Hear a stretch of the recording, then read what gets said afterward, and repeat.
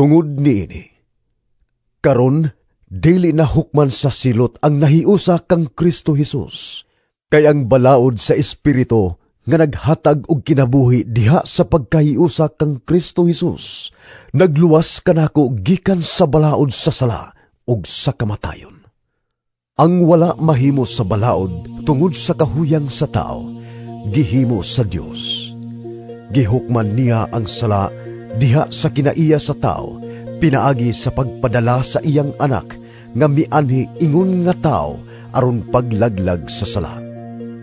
Gihimo kini sa Dios aron ang katarungan nga gipangayo sa balaod matuman dinhi kanato nga nagkinabuhi na sumala sa Espiritu, dili sumala sa tawhanong kinaiya. Kay kadtong nagkinabuhi sumala sa ilang tawhanong kinaiya, naghuna-huna kanunay sa mga butang nga tawhanon, ingon nga kadtong nagkinabuhi sumala sa Espiritu, naghuna-huna kanunay sa espirituhanong mga butang.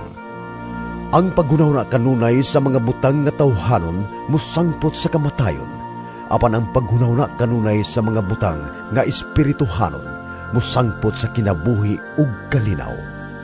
Busa kaaway sa Dios ang tao nga kanunay maghuna-huna sa mga butang nga tawhanon, kay dili man siya mutuman sa balaod sa Dios, ug dili gayud siya makatuman nini.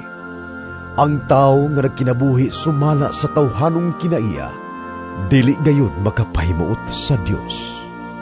Apan wala na kamo magkinabuhi nga minanduan sa tawhanong kinaiya, kundili sa Espiritu kung tinuod man og galing nga ang Espiritu sa Dios anaa na sa inyong kasing-kasing. Kadtong walay Espiritu ni Kristo, dili iyan ni Kristo. Apan kung nagpuyo si Kristo sa inyong kasing-kasing, bisan patay ang inyong lawas tungod sa sala, ang Espiritu kinabuhi alang kaninyo, tungod kay gihimo man kamong matarong sa Dios.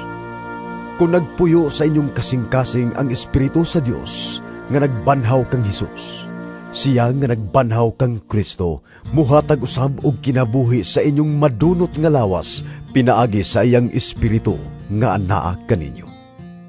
Tungod niya na, mga igsoon, obligado kita sa pagkinabuhi dili sumala sa tawhanong kinaiya. Kay kung magkinabuhi kamo nga minanduan sa tawhanong kinaiya, mamatay gayud kamo. Apan mabuhi gayud kamo kung pinaagi sa Espiritu, patyon ninyo ang tawhanong binuhatan. Ang tanang gimanduan sa Espiritu sa Dios, mga anak sa Dios.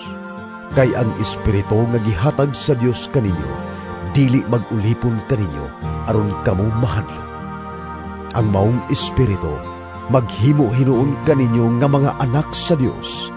Tungod niini, makasangpit na kita sa Dios pinaagi sa pag-ingon, Amahan, Amahan ko. Makighiusa ang maong Espiritu sa atong espiritu, aron pagmatuod nga kita mga anak sa Dios. Ug kay mga anak man kita niya, madawat nato ang mga panalangin nga gitagana sa Dios, ug madawat nato kini uban kang Kristo.